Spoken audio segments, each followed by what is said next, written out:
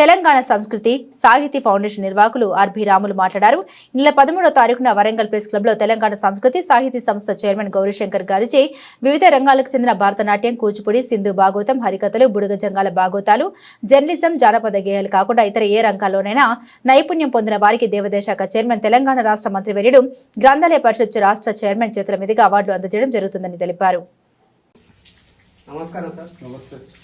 TV9 యాజమాన్యం మరియు chairman DS Yadav గారికి,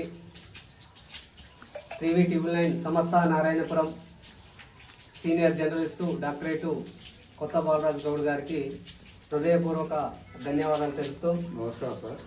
అవును సార్, ఇప్పుడు గౌరీశంకర్ గారు నిర్వహించే తెలంగాణ సంస్కృతి సాహిత్యాన్ని మన తెలుగు ప్రజల గుండె చప్పులు లెక్క అన్ని కళారంగాలకు సంబంధించిన దాంట్లో మీరు ఇంప్రూవ్మెంట్ ఎవరెవరు ప్రతిభ గల వాళ్ళకి ఇంప్రూవ్మెంట్గా అవార్డు ఇవ్వడం జరుగుతుందంట. ఆ ఇంప్రూవ్మెంట్ తోటి అవార్డు ఇవ్వడంతో వాళ్ళు ప్రతిభ కనపరిచి వాళ్ళు ఉత్సాహం పెరిగి అవార్డు ఇవ్వడం వల్ల ఇంకా ముందుకు పోవాలనే ఆలోచన ఉంటుంది కదా సార్. దాని వివరాలు మీకు ఏమైనా తెలిసి ఉంటే చెప్పండి. అలా ఏమైనా మీకు హోదా ఇట్లా ఏమైనా ఉంటే చెప్పండి సార్.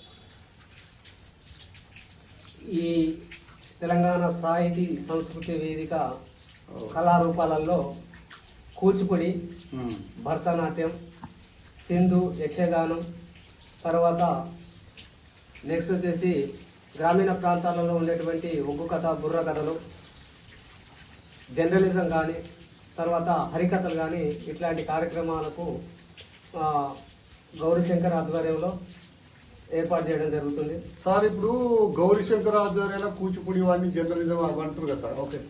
అయితే ఇప్పుడు ఎన్నేళ్ళ అనుభవం ఉండాలల్లా? అనుభవం అనేది కూచిపూడిలోనే కానీ జర్నలిజంలో కానీ అన్నిట్లో ఎన్నేళ్ళ అనుభవం ఉంటే మీరు ప్రతిభ కనపరిచిన వాళ్లకు ఎట్లా అవార్డు ఇస్తారు చెప్పండి సార్. కూచిపూడిలో ఎంత అనుభవం ఉండాలి, జర్నలిజంలో ఎంత అనుభవం ఉండాలి, అట్లా అనుభవము అంటే వాస్తవం మీరు అడిగిన దానికి కరెక్ట్ సమాధానమే. వాస్తవానికి కరెక్ట్ సమాధానం. ఎంత అనుభవం ఉండి ఏం చేస్తే వాళ్ళకి ఎట్లా ఇస్తారనే దాన్ని బట్టి మీరు అడగడంలో చాలా మంచి పరిణయం. ఇంకోటి ఏంటంటే గ్రామీణ ప్రాంత ప్రజల్లో ఉన్నటువంటి సమస్యలను వెలుగు తీసుకొచ్చినటువంటి జర్నలిస్టులను వాళ్ళలో ఉన్నటువంటి కళను ఎంతమందికి న్యాయం చేశారు, ఎంతమందికి న్యాయం చేయబోతున్నారు అనే దానిపైన వాళ్ళను వెరిఫికేషన్ చేసి వాళ్ళకి ఇవ్వబడుతుంది. ఇక ఈ భరతనాట్యం కానీ, హిందూ యక్షగానం కానీ వాళ్ళ ఆ టాలెంట్ని బట్టి వాళ్ళు ఏ విధంగా ఆడగలుగుతారు, ఏ విధంగా పాడగలుగుతారు, వాళ్ళకు స్టేజ్ ప్రోగ్రామ్ ఇస్తే దాన్ని సక్సెస్ఫుల్ గా చేస్తారా చెయ్యరా అనేటువంటి ఆలోచన విధానంతో వాళ్ళని తీసుకొని వాళ్ళకు ఒక వారం రోజుల పాటు ట్రైనింగ్లు ఇస్తాం.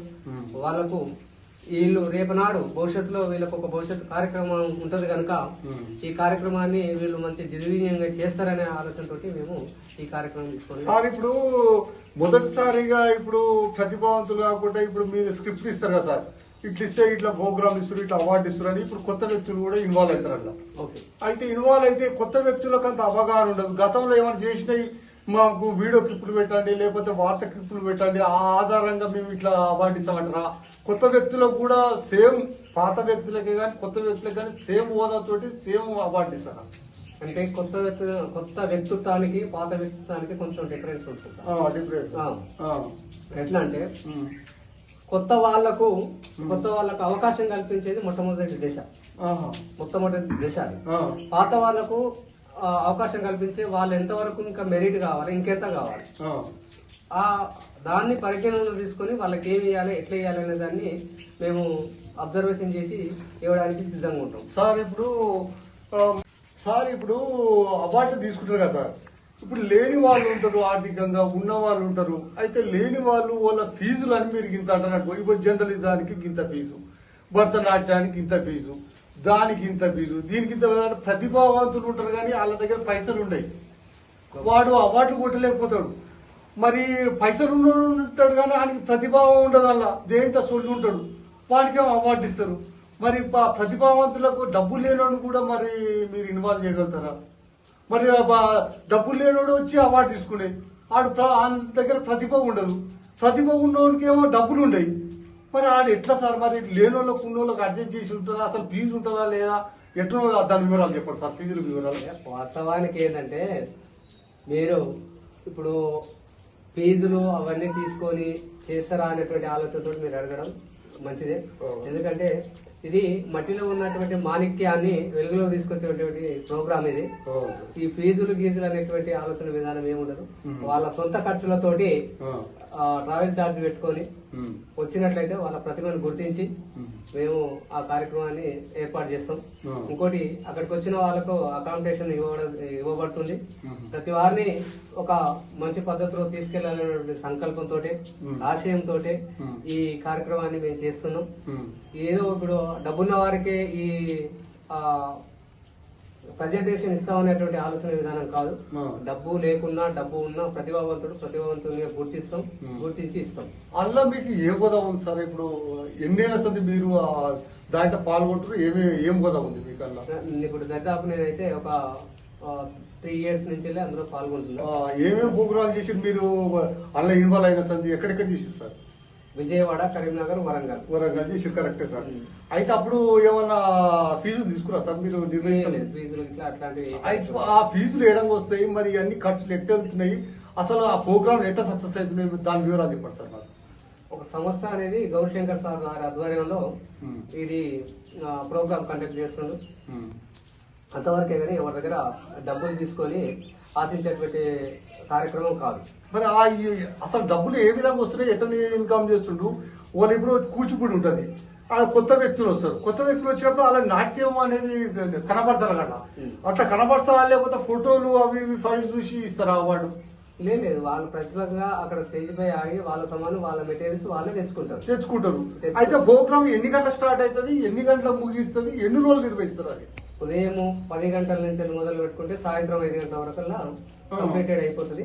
ఎవరి ప్రాంతాలకు వారు వెళ్ళిపోతారు. వాళ్ళు తీసుకొచ్చినటువంటి పేరెంట్స్ కానీ, వాళ్ళు తీసుకొచ్చినటువంటి డ్యాన్స్ మాస్టర్లు కానీ, వాళ్ళు తీసుకొచ్చినటువంటి స్టాఫ్ కానీ వాళ్ళు తీసుకొని వెళ్ళిపోతారు. ఏమన్నా రాష్ట్ర ప్రభుత్వం ఇప్పుడు క్రీడలకు సంబంధించిన ఉంటారు కదా సార్ అధికారులే కానీ, వాళ్ళు ఏమన్నా డొనేట్ చేస్తారా సార్? లేకపోతే ఎన్ఆర్ఐ అంటే గవర్నమెంట్ అది అమెరికోలు వాళ్ళు ఫండ్ పంపుతారు సార్, ఆ ఫండ్ల వల్ల వీళ్ళు నిర్వహిస్తున్నారు సార్ మీ గౌరీశంకర్ గారు?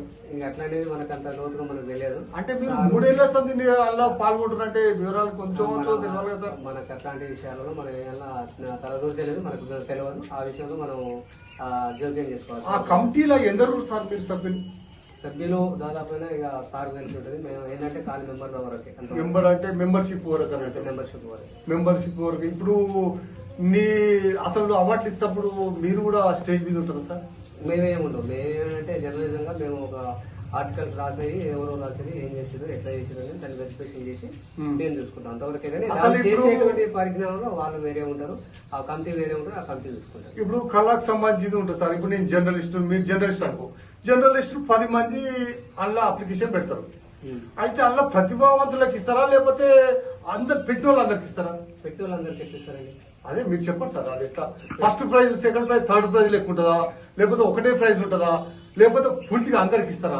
దాని వివరాలు చెప్పండి. అందరికి అనేది ఏముండదు సార్. అక్కడ ఉన్నటువంటి వాళ్ళను ప్రతిభను గుర్తించేటువంటి కార్యక్రమాన్ని తీసుకుంటాం. అందరికి ఇస్తాం అనేటువంటి ఆలోచన విధానం అయితే ఉండదు. 100 మంది దరఖాస్తు చేస్తారు సార్. 100 మంది దరఖాస్తు చేసినందుకు 100 మందికి ఇస్తాం అనేటువంటి ఆలోచన ఉండదు కదా. ఇప్పుడు సపోజ్ మీరు ఒక జర్నలిస్ట్, ఈ జర్నలిస్ట్ ప్రకారంగా గ్రామీణ ప్రాంతాల్లో ఉన్నటువంటి సమస్యలు మొత్తం మీరు అధ్యయనం చేస్తారు. అధ్యయనం చేసి దాన్ని వెలుగులోకి తీసుకొస్తారు. దాన్ని స్పందన ప్రతిస్పందన అని వస్తుంది. అప్పుడు అట్లాంటి రేట్ ని మనం గుర్తిస్తాం. ఇప్పుడు అందరూ నారాయణపూర్లో దాదాపు నేను కూడా ఒక రిపోర్టర్ని. ఇప్పుడు అందరు రిపోర్టర్లు అందరూ చేస్తారు అనే ఆలోచన అందరికీ రాదు, కొందరికే వస్తుంది. కొందరిలో అది మెయిన్ గా అతి ఉత్సాహంతో పనిచేసేటువంటి వ్యక్తిత్వంతో ఉన్నటువంటి వ్యక్తులకే వస్తుంది. ఆ వ్యక్తులను గుర్తించి దాన్ని ఏ విధంగా చేయాలనేటువంటి ఆలోచన మేము తీసుకుంటాం. ఇప్పుడు ఈ ఫౌండేషన్ పెడతారు కదా సార్, ఇప్పుడు తెలంగాణ సంస్కృతి సాహిత్య బుక్ ఇవన్నీ ఫౌండేషన్ పెడతారుగా. అయితే ఆ ఫౌండేషన్ పెట్టాలంటే ఆర్థికంగా ఉన్నోళ్ళు పెట్టాలా, లేనోళ్ళు పెట్టాలా? అసలు అప్లికేషన్ ఎట్లా పెడతారు? కొందరు ఉంటారు ఇట్లా డబ్బులు ఉన్నోళ్ళు ఉంటారు, ప్రతిభావంతులను చేయాలి, నేను కూడా ఫౌండేషన్ పెట్టాలంటే అది ఎట్లా పెడతారు సార్? అసలు ఫౌండేషన్ ఆ వివరాలు ఏమన్నా తెలుసా సార్? మనకు ఆ ఫౌండేషన్ వివరాలు అనేది మనకేం తెలియదు. ఇంకోటి ఏంటంటే అంటే ఇప్పుడు జిల్లా పోయి జిల్లా అధికారుల రిజిస్ట్రేషన్ ఉంటుందంట. రిజిస్ట్రేషన్ అంటే రిజిస్ట్రేషన్ 10,000 15,000 ఫీజు ఉంటుందంట. ఆ ఫౌండేషన్ నిర్వహిస్తే గిద్ద మీరు ఇట్లా అన్వయాలు చేసుకోవచ్చు అని అంటారు. మళ్ళీ ఈ కళకు సంబంధించినవి ఉంటాయి కదా, దాని తర్వాత డాక్టరేట్ కూడా సపరేట్ అనుమతులు పొందాలా, లేకపోతే ఎవరైనా అన్నిటికీ ఓకే చెప్పేస్తారా ఫస్ట్ ఫౌండేషన్ పెట్టిన వాళ్ళకి? అట్లానే ఉండదు సార్. ఫస్ట్ ఇప్పుడు డాక్టరేట్ ఇచ్చేదా సార్ ఇలా ఫౌండేషన్ లో? ఎంకషీర్ వచ్చిందా? ఫస్ట్ డాక్టరేట్, తర్వాత ఈ నంది అవార్డు, ఈ అవార్డు అనేది ఫస్ట్ నుంచి అలా ఏం కాదు. ఫస్ట్ నుంచి వెళ్ళి మనం ఫస్ట్ ఏముంటుంది సార్ అలా? ఫస్ట్ నంది అవార్డు, తర్వాత దానికి సంబంధించిన కూచిపూడికి ఏం సంబంధించినటువంటి ఉంటాయో మళ్ళీ సెకండ్ అనుమతి ఏది వచ్చింది? సెకండ్ అనుమతి ఇప్పుడు డాక్టరేట్, తర్వాత దానికి సంబంధించినవి ఇంకా కొన్ని క్రీడలకు సంబంధించినవి, ఏ కోర్సుకు సంబంధించింది ఆ కోర్సుకు సంబంధించింది ఆ ప్రతిభను కనబడితే ఇస్తారు. ఇప్పుడు డాక్టరేట్ అంటే యూనివర్సిటీకి వెళ్ళి ఇస్తారా, ఫౌండేషన్ ద్వారా ఇస్తారా? ఫౌండేషన్ ద్వారా ఫౌండేషన్ అంటే సేమ్ వాల్యూ ఉంటుందా సార్? ఫౌండేషన్ కు యూనివర్సిటీకి సేమ్ వాల్యూ ఉంటుందా దానికి? ఈ సంస్థ పరంగా వచ్చిందా అదేమో యూనివర్సిటీ డాక్టర్ పట్టా అంటే పట్టా అంటే ఇప్పుడు ఇది కొన్ని ఏళ్ళ సార్ నిర్వహిస్తుంది కదా, ఆ యూనివర్సిటీతో సమానంగా వర్తిస్తుందా అంటున్నా సార్ నేను అదే అంటున్నా. వాస్తవానికి వర్తిస్తుంది అనేది ఏంటంటే వర్తించదా సార్? వర్తించదు. అది వేరు, ఇది ఇది వేరే సార్. అట్టయితే ఇప్పుడు ఈ కళా బృందంలో ఇప్పుడు మన నారాయణపూర్ మండల మీరు సీనియర్ జర్నలిస్టులు 30 ఏళ్ల సంది ఎన్నో కార్యక్రమాలు కూడా మీరు కూడా ప్రజానాట్యం వల్లనే కానీ అవి కార్యక్రమాలు ప్రోగ్రామ్ అటెండ్ చేసేది మీరు అన్నిట్లలో అద్భుతమైన ప్రదర్శన చేశారు సార్. అయితే ఈ నారాయణపూర్ మండలంకి వెళ్ళి ఈసారన్నా ఓ 10 మందికి ఇప్పించగలుగుతారా? అన్ని రంగాలలో ఒక రంగంలో ఒకరికి ఎన్ని రంగాలు ఉన్నాయి ఒక్కొక్కరికన్నా ఇప్పించగలుగుతారా సార్? అయితే వాస్తవానికి మొన్న జరిగినటువంటి కాంపిటీషన్ లో నారాయణపూర్ లో ఈసీ విద్యాసాగర్ సంబంధించిన విద్యార్థులు ఒక 10 మంది విద్యార్థులకు నరేష్ తను కోచర్ ఆయన తీసుకొని హైదరాబాదు చిక్కడిపల్లిలో జరిగినటువంటి కార్యక్రమంలో 10 మంది విద్యార్థులకు వాళ్ళ ప్రతిభను గుర్తించి వాళ్లకు బుక్ ఆఫ్ రికార్డు ప్రశంస పత్రాలు అందజేయడం జరిగింది. భవిష్యత్తులో ఇంకా కొంతమందికి ఇప్పియాలంటే చెప్పరా సార్?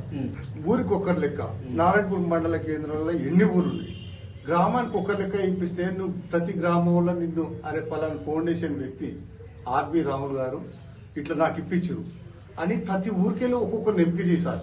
అయితే ఒక కళ నుంచి ఇప్పుడు ఇక్కడ ఉందనుకో నృత్యం మీద, ఇంకో ఊర్లో దాని మీద, ఇంకో ఊర్లో దాని మీద, ప్రతి కళ మీద ఒక్కొక్క ఊరికెళ్ళి ఒకరిని ఇప్పిస్తే మీ పేరు కూడా డామినేట్ మంచిగా ఉంటుంది కదా సార్.